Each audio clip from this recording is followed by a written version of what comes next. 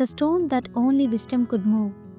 Sometimes the smallest mind solves the biggest problem, not by strength, but by strategy. In a crowded village market, there was a small thin boy named Arun, who everyone underestimated. The other kids were taller, louder, and much stronger.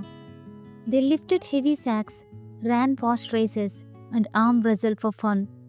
Arun couldn't win any of those things, so they often laughed and said, "You are too weak to do anything big."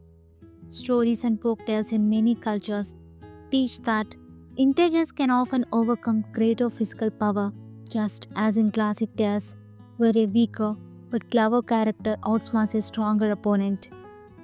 One day, the village chief announced a challenge.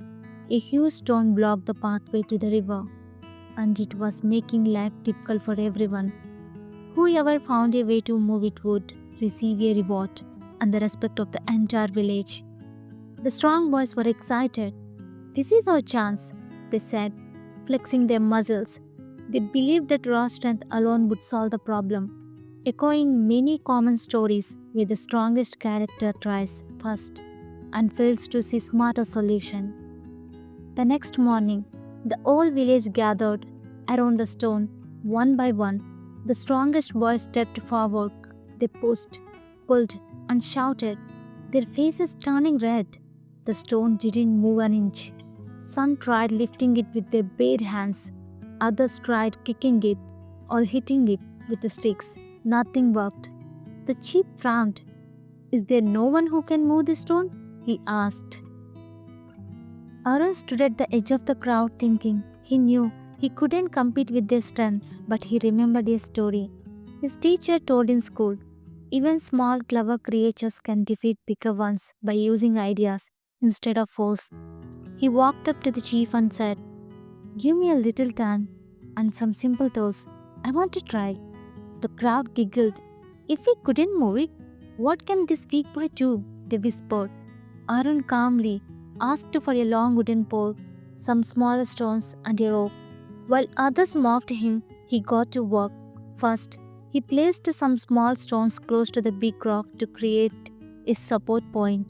Then he slid one end of the wooden pole under the edge of the larger stone.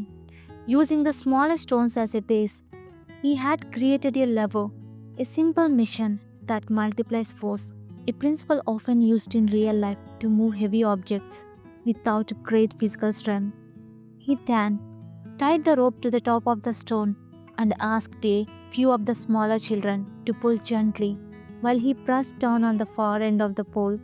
To everyone's surprise, the giant stone started to shift little by little with the steady pressure and teamwork. The rock rolled aside. The path to the river was finally cleared. The villagers stayed in silence, then burst into applause. The strong boys who had failed stood with their mouths open, shocked that something their muscles couldn't do had been done by a simple idea and a bit of a planning. It was perfect moment to prove the old saying, "Brains are better than brawn." The chief smiled and placed his hand on Arun's shoulder. "Today," he said, "you have shown us that true power is not just in the body, but in the mind. Muscles can move a stone only so far, but the right idea can move mountains." The crowd looked at Arun with a newfound respect. The strong boys finally understood that strength might win races, but wisdom wins life. From that day forward, whenever a problem arose, people would say the face softly but proudly, "Think sharp, act smart." From that day on, people stopped calling Arun weak. When there was a problem in the village, whether it was fixing a broken cart, planning a festival, or solving a dispute, they called Arun to think with them. The strong boys, humbled, began to work with them instead of laughing at him. They learned that strength has value, but when guided by a clever mind, it becomes truly powerful. If you are listening to this, remember the moral. Be clever, not just strong.